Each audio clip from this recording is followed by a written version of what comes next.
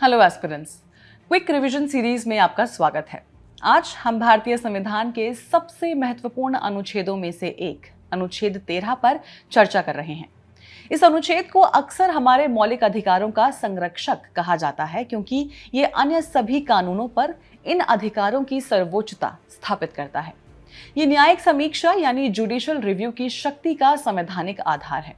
इस सेशन में हम जानेंगे कि अनुच्छेद 13 क्या कहता है, इसने किन महत्वपूर्ण कानूनी सिद्धांतों को जन्म दिया है, संवैधानिक संशोधनों के साथ इसका जटिल संबंध क्या रहा और इससे कैसे ऐतिहासिक मूल संरचना सिद्धांत यानी बेसिक स्ट्रक्चर डॉक्ट्राइन की उत्पत्ति हुई।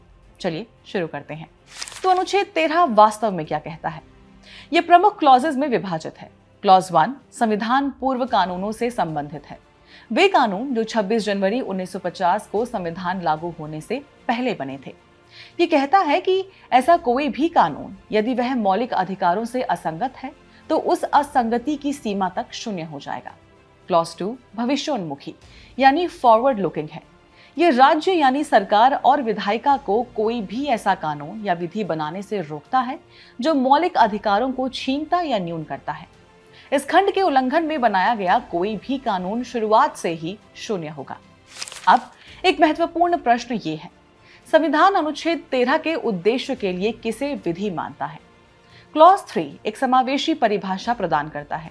यह स्पष्ट करता है कि विधि में न केवल संसद या राज्य विधान मंडलों द्वारा पारित विधान शामिल हैं, बल्कि कोई भी अध्यादेश, आदेश, उपनियम, नियम, विनियम या अधिसूचना भी शामिल है। इसमें रूढ़ि या प्रथा भी शामिल है जो विधि का बल रखती है।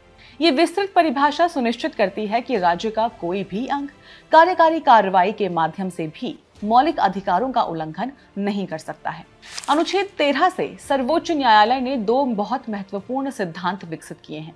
पहला है पृथक्कीकरणीयता का सिद्धांत यानी डॉक्ट्राइन ऑफ सीवरेबिलिटी। इसका मतलब है कि यदि किसी कानून का केवल एक हिस्सा मौलिक अधिकारों का उल्लंघन करता है तो अदालत उस असंगत हिस्से को पृथक या अलग करने का प्रयास करेगी। यदि उस हिस्से को कानून के मुख्य उद्देश्य को नष्ट किए बिना हटाया जा सकता है तो केवल वही हिस्सा शून्य घोषित किया जाता है और बाकी कानून बना रहता है। दूसरा है आच्छादन का सिद्धांत यानी डॉक्ट्राइन ऑफ एक्लिप्स। ये संविधान पूर्व कानूनों पर लागू होता है। ये कहता है कि एक पुराना कानून जो मौलिक अधिकार का उल्लंघन करता है वह मृत नहीं होता, बल्कि मौलिक अधिकार द्वारा आच्छादित या ढक जाता है। यदि बाद में मौलिक अधिकार में संशोधन करके उस टकराव को हटा दिया जाता है तो वह पुराना कानून पुनः अधिनियमित किए बिना सक्रिय हो सकता है। यहीं से सबसे बड़ा संवैधानिक संघर्ष शुरू हुआ। सवाल ये था कि क्या अनुच्छेद 368 के तहत पारित एक संवैधानिक संशोधन भी अनुच्छेद 13(2) के तहत एक विधि है? यदि हाँ, तो कोई भी संशोधन कभी भी मौलिक अधिकार को छीन नहीं सकता था। प्रारंभ में शंकर प्रसाद मामले 1951 में सर्वोच्च न्यायालय ने नहीं कहा, एक संशोधन विधि नहीं है और यह अनुच्छेद 13 की पहुंच से बाहर है। हालांकि 1968 के गोलकनाथ मामले में अदालत ने इसे पलट दिया। इसने माना कि एक संशोधन विधि है और संसद एक संशोधन के माध्यम से भी मौलिक अधिकारों में कटौती नहीं कर सकती है।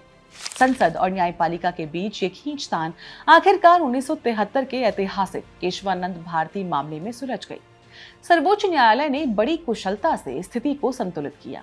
इसने गोलकनाथ के फैसले को पलट दिया और 24वें संशोधन को बरकरार रखा, इस बात की पुष्टि करते हुए कि संसद के पास मौलिक अधिकारों सहित संविधान के किसी भी हिस्से में संशोधन करने की शक्ति है। हालांकि इसने एक महत्वपूर्ण सीमा लागू की। संसद संशोधन करने की प्रक्रिया में संविधान की मूल संरचना यानी बेसिक स्ट्रक्चर या बुनियादी विशेषताओं को नष्ट नहीं कर सकती है। अनुच्छेद 13 और इसमें निहित न्यायिक समीक्षा की शक्ति स्वयं इस मूल संरचना का हिस्सा है और इसे छीना नहीं जा सकता है। अब आइए कुछ क्विक प्रैक्टिस क्वेश्चंस के साथ आपकी समझ की जांच करें। आप और किन टॉपिक्स का क्विक रिवीजन करना चाहते हैं, कमेंट करके बताइए और देखते रहिए विजन IAS।